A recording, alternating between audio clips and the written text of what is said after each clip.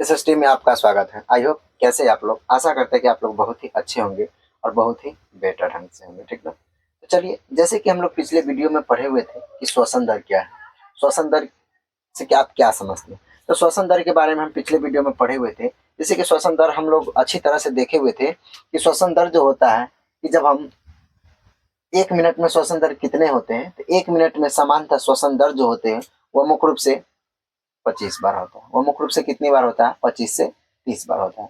उसी प्रकार से जब हम अधिकांश साइकिल चला लेते हैं, दौड़ते हैं या व्यायाम करते रहते हैं, तो जब हम व्यायाम करते रहते हैं उस आवर में हमारा श्वसन दर जो रहता है वह मुख्य रूप से 15 से 18 बार होता है। वह मुख्य रूप से कितना होता है? तो वह मुख्य रूप से 15 से 18 बार होता है। अरे यार, मैं उल्टा बोल दिया। कहने का मतलब ये होता है कि जब हम कोई काम करेंगे तो उसमें हमारा श्वसन दर जो होता है वह तेजी से चलने लगता है। तो जब तेजी से चलने लगेगा तो वह 25 बार हो जाएगा। लेकिन जब हम सामान्य विश्रामावस्था में रहेंगे उस समय हमारा श्वसन दर जो रहेगा वो 15 से 18 बार रहेगा, ठीक ना। तो इस प्रकार से हम लोग श्वसन दर के बारे में देखे थे। और श्वसन दर जो होता है, जब हम श्वास लेते हैं तो श्वास ही नहीं लेते हैं, बस कि उसके साथ साथ हम भारी श्वास को भी क्या करते हैं? अंदर की ओर खींचते हैं।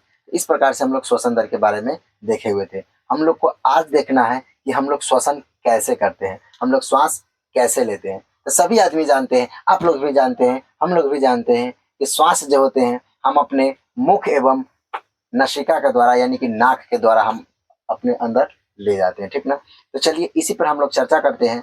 और पहले ही हम बता देते कि हमको डायग्राम बनाने का थोड़ा भी लोड नहीं है, लेकिन फिर भी आप लोग को मर्जी से, आप लोग का इच्छा से, आप लोग का लाड़ प्यार दुलार से हमने फिर आप डायग्राम के बनाए। लेकिन आप लोग डायग्राम के हंसिएगा मत, ठीक ना। सिर्फ उसको समझते हुए चलना है कि हम लोग किस प्रकार से श्वसन करते हैं, ठीक ना। तो चलिए सबसे पहले हम इसका पॉइंट डालते हैं, पॉइंट इसको लिखेंगे। उसके बाद इसके पिक्चर के माध्यम से हम लोग उसको देखेंगे कि किस प्रकार से कैसे होता है, ठीक ना। तो चलिए सबसे पहले हम क्या करते हैं कि देखते हैं कि हम श्वसन किस प्रकार से करते हैं। हम देखते हैं कि श्वसन किस प्रकार से करते हैं, ठीक ना। तो सबसे पहले हम लोग चलिए देखते हैं श्वसन की क्रिया, मतलब श्वसन की क्रिया जो होते हैं वो किस प्रकार से करेंगे, ठीक ना। श्वसन की क्रिया विधि, क्रिया विधि। श्वसन मतलब सांस, सांस कैसे लेते हैं, तो इसके क्रिया विधि के बारे में हम लोग क्या करेंगे, इसके क्रिया विधि के बारे में हम लोग जानेंगे कि श्वसन हम लोग किस प्रकार से करते हैं। इसके जानेंगे कि श्वसन किस प्रकार से करते हैं। इसका सिर्फ हम लोग तथ्य पॉइंट देखते हुए आगे की ओर बढ़ते हैं, ठीक ना। सभी आदमी जानते हैं, सभी आदमी जानते हैं, इसीलिए हम लोग क्या लिखते हैं? सामान्यतः। सभी आदमी जानते हैं इसलिए हम लोग क्या लिखते हैं? समानतः, ठीक ना।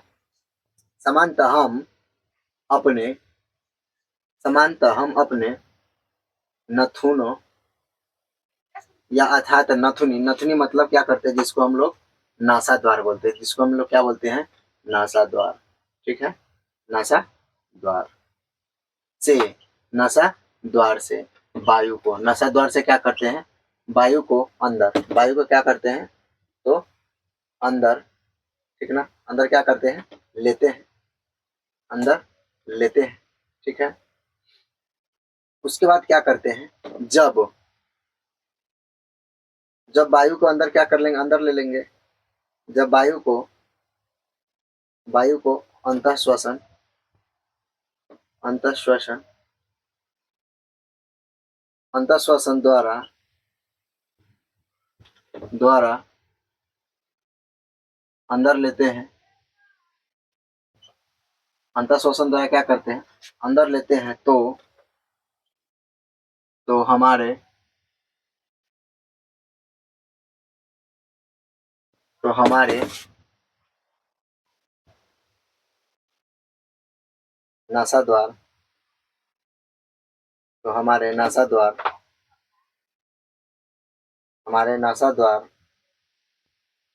क्या करते हैं? नथुनी यानी कि नाकों से, नथुनी, नथुनी, नथुनी से नासाद्वार, नाक से नासाद्वार, ठीक ना, में चली जाती है। क्या होता है? चली जाती है फिर क्या होता है, चली जाती है। फिर होता है कि नासा द्वार नासा द्वार से नासा द्वार से नासा द्वार से नासा गुहा में चली जाती है। ठीक है। उसके बाद क्या होता है,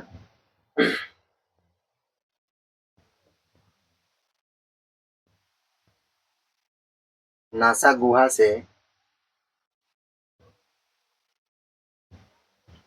वायु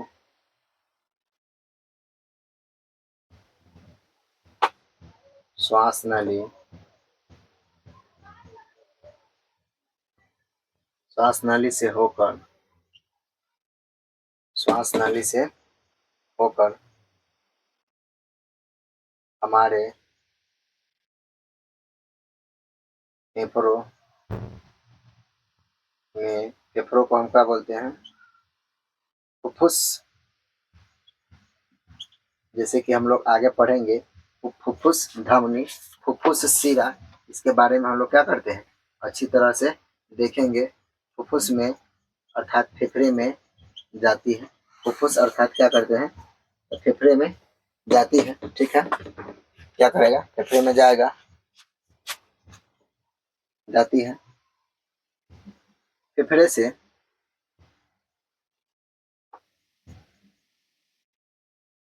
फेफड़े से वक्ष गुहा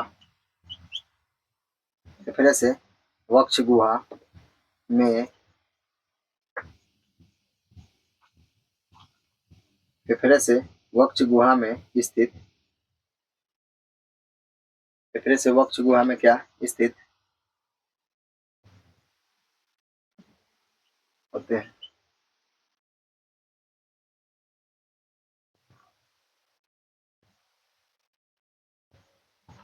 वक्ष गुहा में स्थित होते हैं।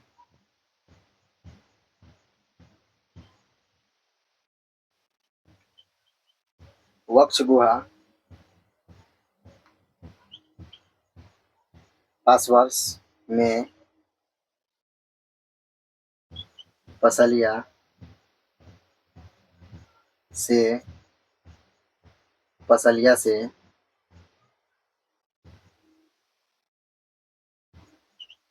घिरी पसलिया से घिरी रहती है। एक बड़ी पेशी परत जो डायफ्राम या मध्य पट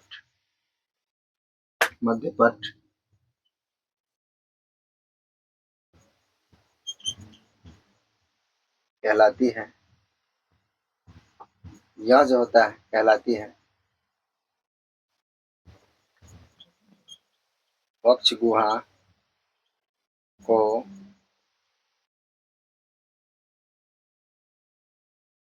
आधार प्रदान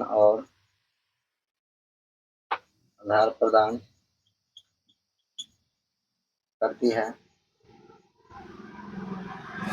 श्वसन में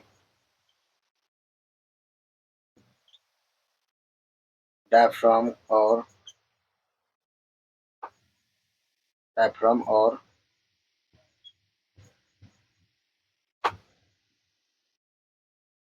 पसलियों से बने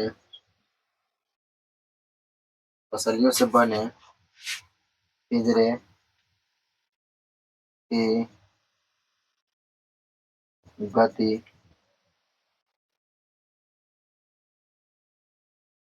सम्मिलित है। पसलिए से क्या होता है, तो सम्मिलित होती है, ठीक ना। इस प्रकार से हम लोग क्या किए, इतना पॉइंट बनाए हैं। इस प्रकार से हम क्या किए हैं, इतना पॉइंट बनाए हैं, और इतना ही पॉइंट से हम क्या करेंगे, यहाँ के सारे क्वेश्चन को हम लोग क्या करेंगे, सॉल्व करेंगे। इतना ही पॉइंट से क्या करेंगे, तो यहाँ के सारे क्वेश्चन को सॉल्व करेंगे। सबसे पहले यहाँ पे देखते हैं कि हम लोग श्वसन जो होते हैं वह किस प्रकार से करते हैं। सबसे पहले यहाँ पे देखते हैं कि श्वसन हम लोग क्या करते हैं, किस प्रकार से करते हैं, क्रिया किस प्रकार से करते हैं, ठीक ना। तो जैसे इस प्रकार से हम लोगों ने देखे हैं। अब यहाँ पे देखते हैं कि यहाँ पे क्या कहते हैं कि समानतः, यहाँ पे क्या है कि समानतः हम अपने नथुनी नासा द्वार से वायु को अंदर लेते हैं। वायु को क्या करते हैं, अंदर लेते हैं। तो यहाँ पे हम समझते हैं कि जब हम ऑक्सीजन लेंगे, जब श्वास लेंगे, तो नासा के द्वारा क्या करेंगे, अपने शरीर को नासा के द्वारा यानी कि नाक के द्वारा हम श्वसन को क्या करेंगे, अंदर लेंगे, ठीक ना।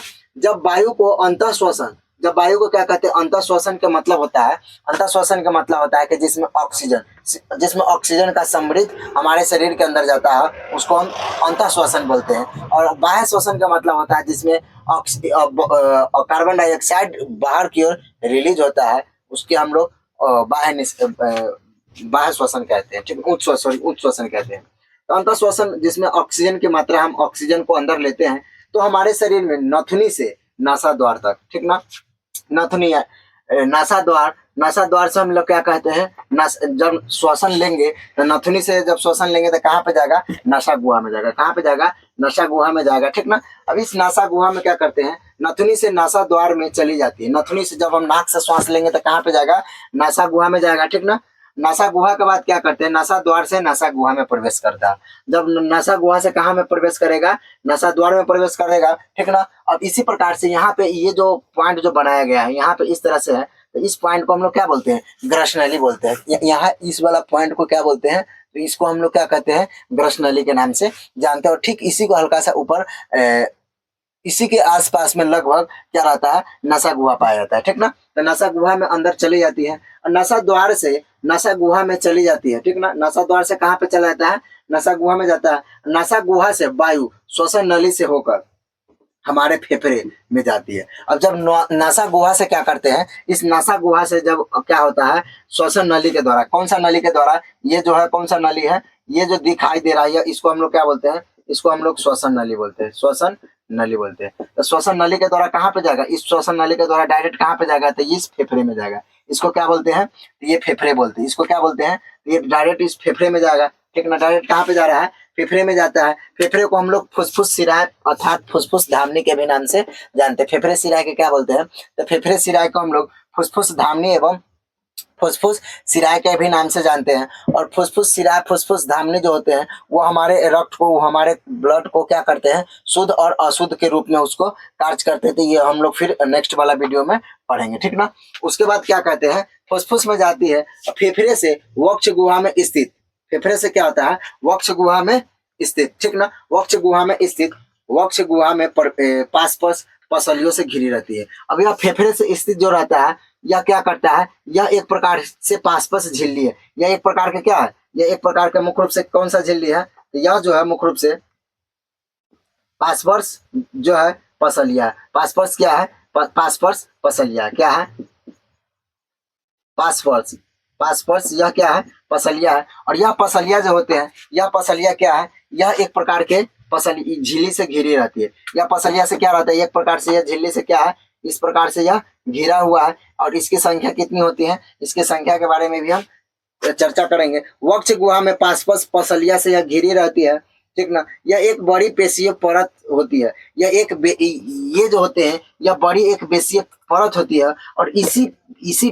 बड़े परत जो दिखाई देते हैं, इसी को हम लोग क्या कहते हैं, डायफ्राम के नाम से जानते हैं। इसी को क्या बोलते हैं, डायफ्राम बोलते हैं। तो जब हम ऑक्सीजन लेते हैं, ठीक ना, जब वक्ष गुहा में आदान प्रदान करती है, तो श्वसन में डायफ्राम और पसलिया क्या होता है, पसली पिंजर से क्या होता है, या बाहर की ओर निकलते हैं। तो जब हम इसी में ऑक्सीजन लेंगे, तो ऑक्सीजन यहाँ पे आएगा, ठीक ना। तो ऑक्सीजन जब यहाँ पे आएगा, तो हमारा डायफ्राम जो रहता है, जब हम श्वास लेंगे, जैसे हम श्वास लेंगे तो हमारा पसलिया क्या होता है, बाहर की ओर निकलेगा। जब हम श्वास लेंगे तो हमारा पसलिया क्या होगा, बाहर की ओर निकलेगा, ठीक ना। उसी प्रकार से जब हम श्वास छोड़ते हैं, तो हमारा पसलिया क्या होगा, अंदर की ओर जाएगा। तो यही जो होता है, कभी बाहर निकलता है, यही क्या होता है, कभी बाहर निकलता है तो कभी क्या होता है, अंदर जाता है।